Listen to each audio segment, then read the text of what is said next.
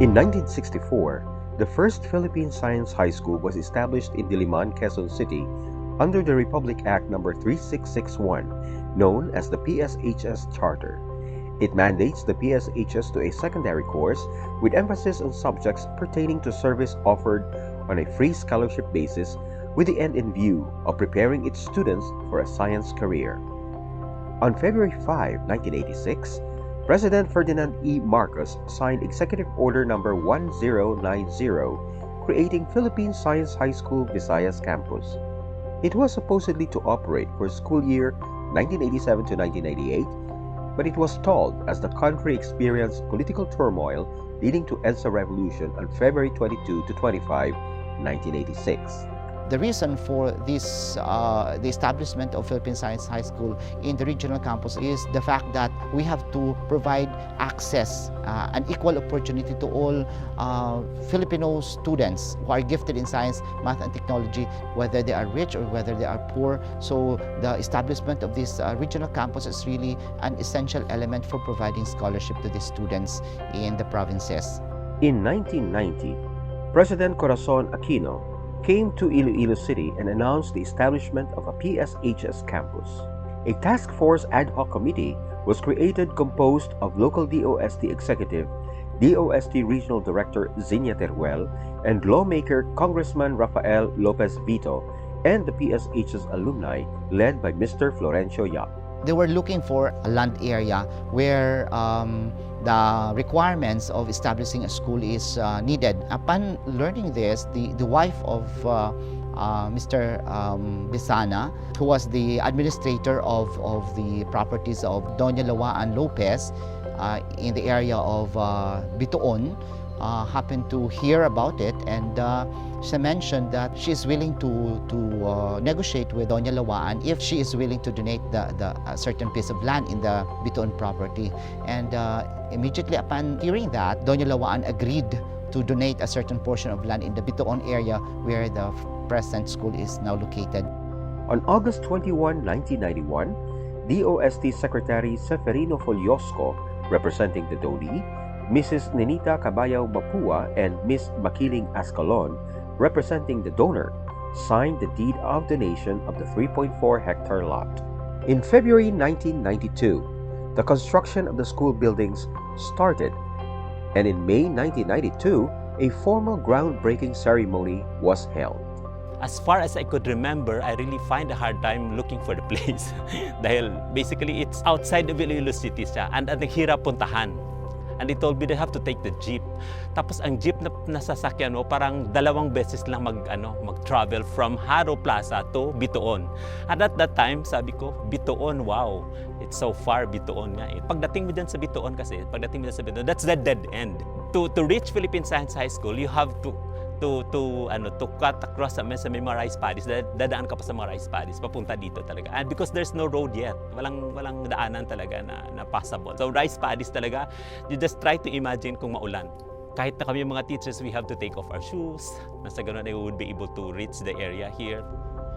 It was in July 1993 when a group of 47 young and energetic, I'd say, kids were gathered in Iloilo. These kids were from all over the Visayas, and we made up the pioneer batch of Philippine Science High School Visayas campus. We did not have an actual campus on our first year.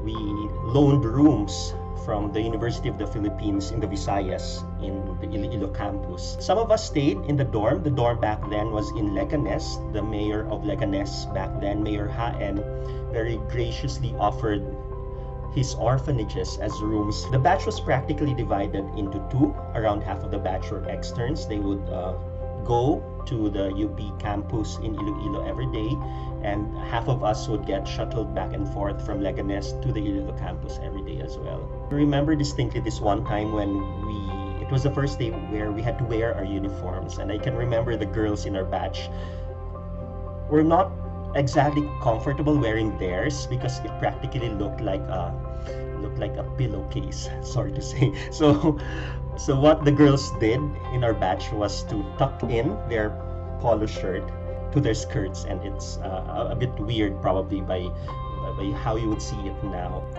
From July to December 1993, Professor Hilma Tayo of the University of the Philippines, Iloilo City, served as the first campus director. The pioneering faculty and staff were loaned from UP High School in Iloilo City.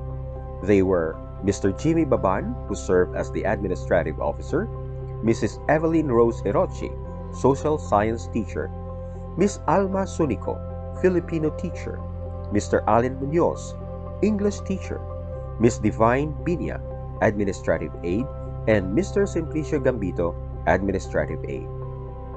From December 1993 to May 1994, Mrs. Evelyn Rose Hiroshi became the school caretaker. In June 1994, the school operations were transferred to its present location with Dr. Diana S. Aure as campus director. Some classes were held in the dormitory. Employees and students had to walk on rugged roads and through the dikes going to the school. Alumni and parents organized a cooperative to serve the needs of the scholars. The cooperative building served as a performance area for classes. The succeeding years saw an aggressive infrastructure development in terms of completion of the academic building, boys and girls dormitory, and the school gymnasium. A 4-hectare research station was donated by the family of the late Vice Governor Guardelino Mosqueda in Balcon, Maravilla, Jordan, Guimaras, now known as the Mosqueda campus of the school in Guimaras. Another 1-hectare coastal lot was donated by Engineer Jose Abad in Morobuan, Guimaras to serve as the research station for marine biology. In June 1996, Mrs. Lilia Alfonso, a biology teacher from PSH's main campus, was appointed as the school director. When I entered PISAY way back 1996, 1997, PISAY-WVC is just a simple campus. We only have the academic building, we have the co-op, the dormitories, and our gymnasium is just an open gymnasium. And facilities are just very simple. No? I think during the first 5 years, we don't have really very good equipment, but we have the best teachers. Of course, if you're a research teacher, it's Dr. Bio, Mr. Cadornigara, and a lot more. No? These teachers are very creative, and they have these linkages with other institutions like the CIFDEC, no, the DOST. My students really question, no? Hindi lang sila tumatanggap ng kung anong tinuturo, but really they are really trying to check kung alam mo ang pinagsasabi mo. But that's why I am really preparing myself every time I get into my class, especially the pioneer batch. Just don't settle for accepting information na tanggap na ng tanggap. Usually they would ask you, mag-explain ka pa ng why. It was really a challenge sa akin at that time sa pag-handle ng pioneer batch. No? Competitive, but not competitive against each other. We're like competing against ourselves, being the best version of ourselves, because at the end of the day, literally at the end of each day, we go home to our dorms. We're like siblings. So there was that culture of excellence, but not to the point of holding each other by each other's neck. It was rather a fun, brotherly, sisterly kind of environment where we had in back then. And on March 31, 1997, the pioneer batch, all 47 of them, graduated from Philippine Science High School, Western Visayas. A new director, Mrs. Helen Caintic, a math teacher from PSH's main campus, was appointed as officer in charge of the school from June 1997 to December 1997. PSHSWV was formally inaugurated by President Fidel V. Ramos. He signed the PSHS System Law of RA 8496 on June 13, 1997. By January 1998, Professor Rebecca Villatog was chosen as the campus director until her retirement in 2005. In 2001, the PSHS System Law was further amended by RA 9036, consolidating the power and authority over all PSHS system campuses into a single board of trustees to ensure uniform policy, coordination, standards, and management. In 2003, Dr. Ramon Miranda, Executive Director of the PSHS system, called for the review of the PSHS curriculum, achievement tests in core subject areas, were administered. The PSHS Code of Conduct was also studied and revised in the succeeding years under the leadership of Dr. Filma Bronner and later Dr. Josette E. Bio as executive directors. Before becoming executive director of the PSHS system, Dr. Josette Bio was chosen as the officer in charge, Office of the Director in 2005, succeeding Professor Yandol. A year after, she occupied the position of campus director until 2011.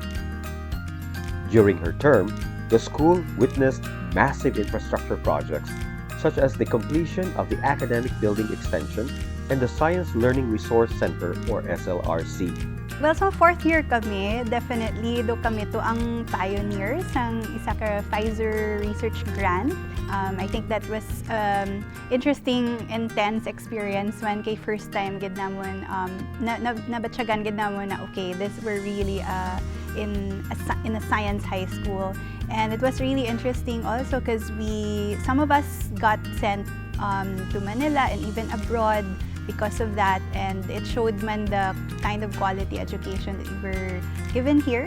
You get to experience parang the best of both worlds because we study hard and we also party hard. So from start to end of the quarter, talagang grabe ang studying, grabe yung effort for all of the requirements. Usually at the end of the quarter, we strategically schedule culminating activities, intramurals, practicing dances and cheers until midnight, even beyond midnight in school, has been very memorable gid.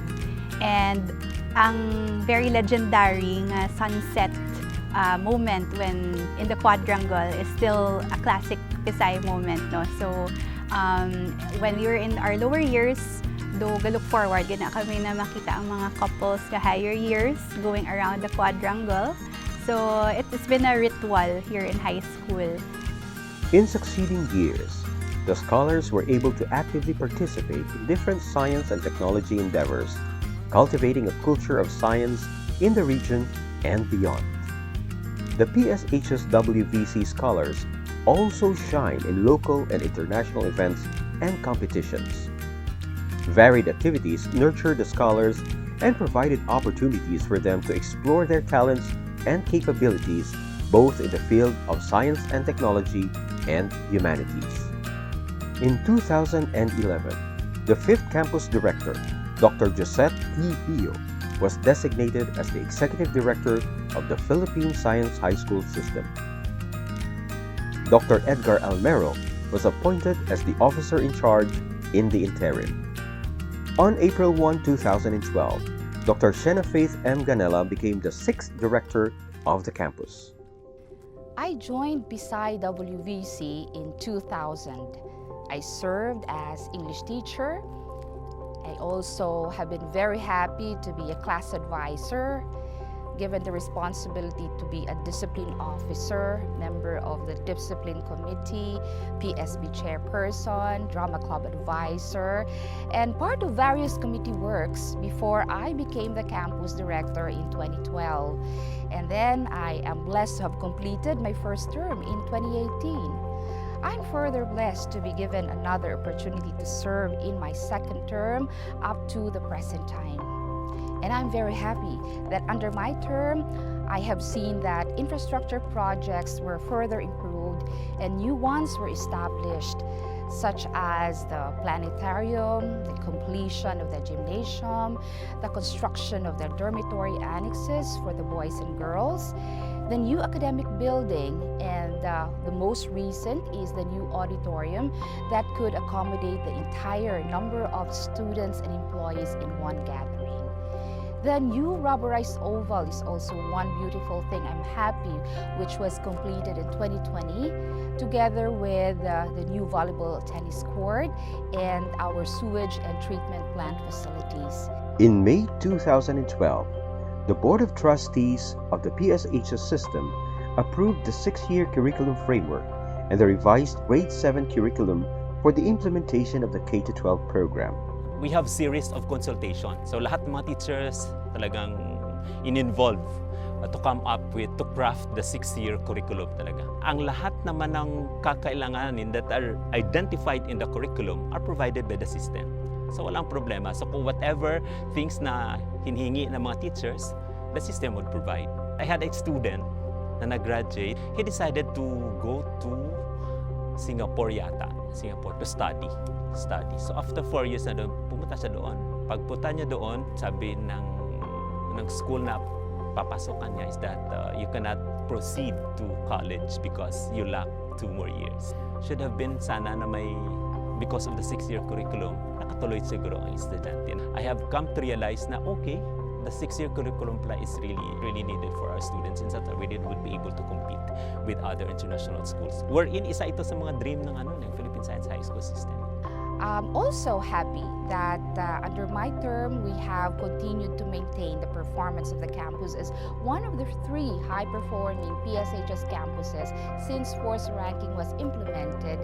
And syempre, lahat ng nag-hard work dito, we were successful to have earned our ISO 901-2015 certification, and very recently, just last 2021, had it recertified. In 2018, the Board of Trustees has approved to add 30 more scholars from the original 90 students per batch that the PSHS system allots to the campus. In 2020, as COVID-19 pandemic hit, the PSHS system adopted the Curriculum under Remote Blended Learning, or CRBL. March 2020, when the WHO announced that it's already a pandemic. Na madrama, I would say. It's really dramatic. I still can't remember last day of our 3rd quarter exam. And we were able to receive a message coming from the Iloilo City Mayor that we're going to have a lockdown. I've heard a lot of conversations nga, amuna ni Guru ang last nato niya kita. It's still fresh in my mind.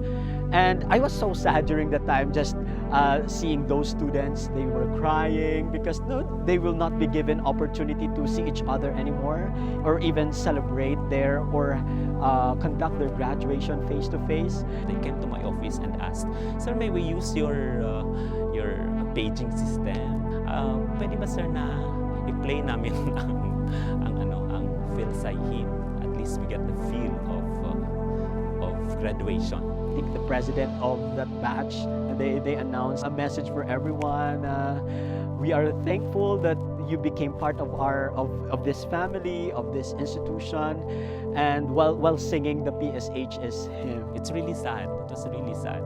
But good thing that the kids, they took that as an opportunity to see their classmate as a family, as yung palagi naming sinasabi sa pamilya tayo, and all sama-sama tayo. At that time, nakita ko ang ganong spirit sa mga bata.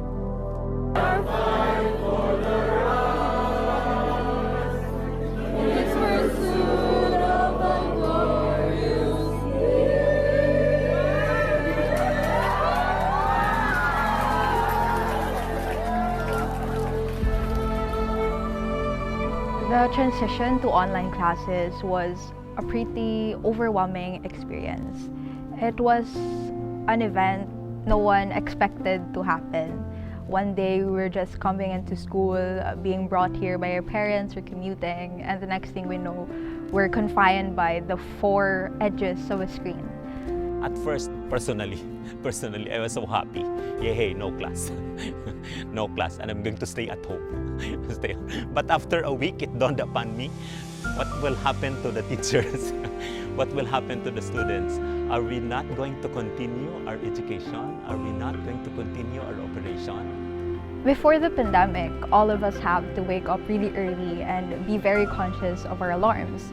We have a certain routine that we have to follow in order to arrive to school on time, like taking a shower. But now, even when our alarms are blaring at 8:05 because the school is starting, some of us are still sleeping off in our beds. Some of us are getting ready and opening up our laptops, but we look very haggard. Some of us haven't even taken a bath yet. In every circumstance that we are facing, there's always a solution. Instead of magreklamo, let's try to embrace the reality na may pandemic and do something about it, which Yon ang ginawa namin. Of course, we prepared the curriculum, no? Ang CRBL namin na curriculum. Tapos, we identified kung ano ba ang pwede naming mga gadgets pahiram sa mga bata.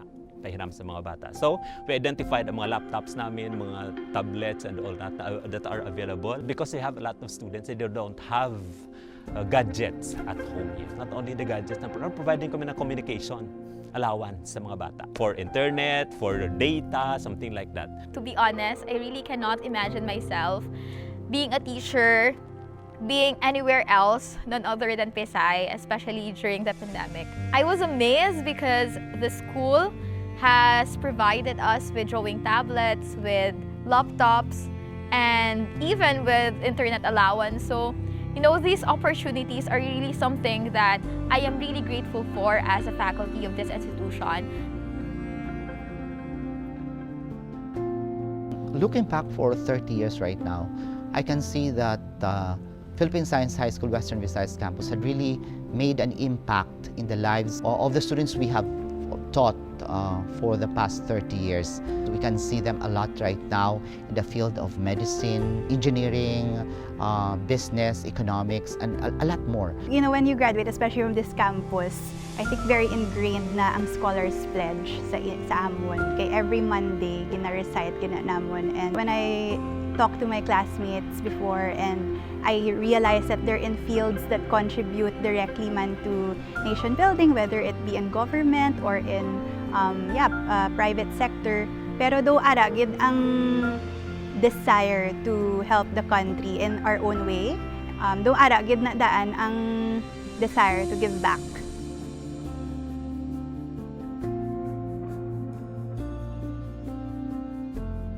I think being with PISAY for 4 years in high school and more than 10 years now, I think that PISAY is already my home. If I will recall my first few years of teaching here, I really felt welcome. The faculty and staff here, they're very giving, they're very generous of their time, of their expertise. They really make you feel that you belong. This is the first time na magturo ako that lahat binigay. Ball pen, kung anong gustong kulay. Green, blue, red. Kung gusto mo may violet, naroon pa. Chalk, kung gusto mo ng chalk na 3 boxes, pwede kang bigyan. Band paper, papel, lahat, everything is provided. I love the teachers here at PISAY because we help one another. We are just one big family and we share our success and failures. That's why we were able to survive. And I could hardly believe that I could stay here for 25 years because my first employment lasted only for 4 years, another 3 years, but here in PISAY it's 25 years. I'm very grateful for the opportunity to be able to be with students who were just like me once upon a time and contribute in general to nation building. Since I've been in PISAY for a long time, I think that I'm here in PISAY for good. I think that I can contribute a lot.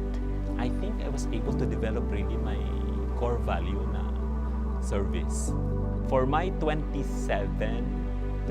years here in Philippine Science High School, I think mga 2 dekada, 20 years ako nag-homeroom advisors. And that is where I was able to develop myself when it comes to service and more understanding with my students. Kasi you would be able to meet, you would be able to see your student in a different perspective. Makilala mo sila outside the classroom. You would be able to meet also the parents. Imagine every year I have 30 students to meet. I have 30 parents to meet. So bawat taon, I'm looking forward. Next year, I'm going to meet another group of people. At chance ko na naman to say that I'm going to serve them.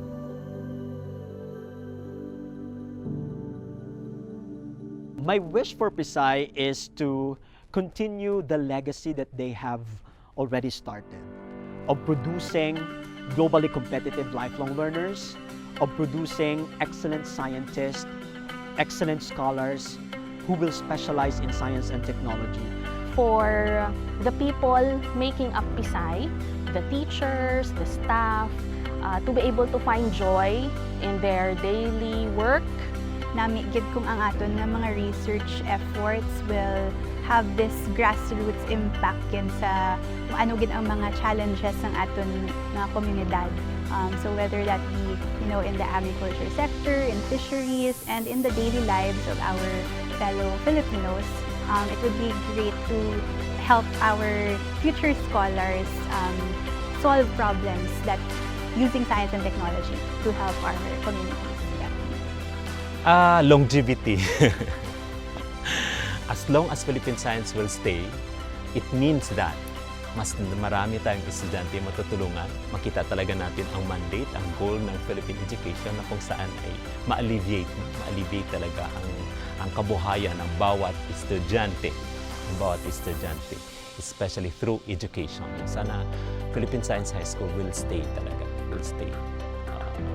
for life.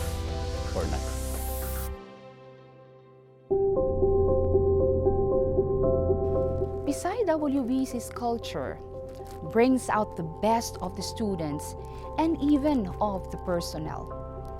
I believe many could attest and believe when I say it purges out one's potentials, and with enough trust, confidence, and support granted, plus great opportunities for learning, one can indeed soar higher and explore further. I learned in PISAY that welcoming new assignments without complaints and giving my best on it is always an opportunity for growth and learning. True indeed that one can never see how far he can go unless one really goes. I always go with that attitude of wanting to improve myself and discover what more I can offer. PISAY has greatly contributed to my developed desire to pursue excellence for the good of PISAY-WVC, for the service of God and country. So truly I'll say, PISAY-WVC, we soar higher and we explore further.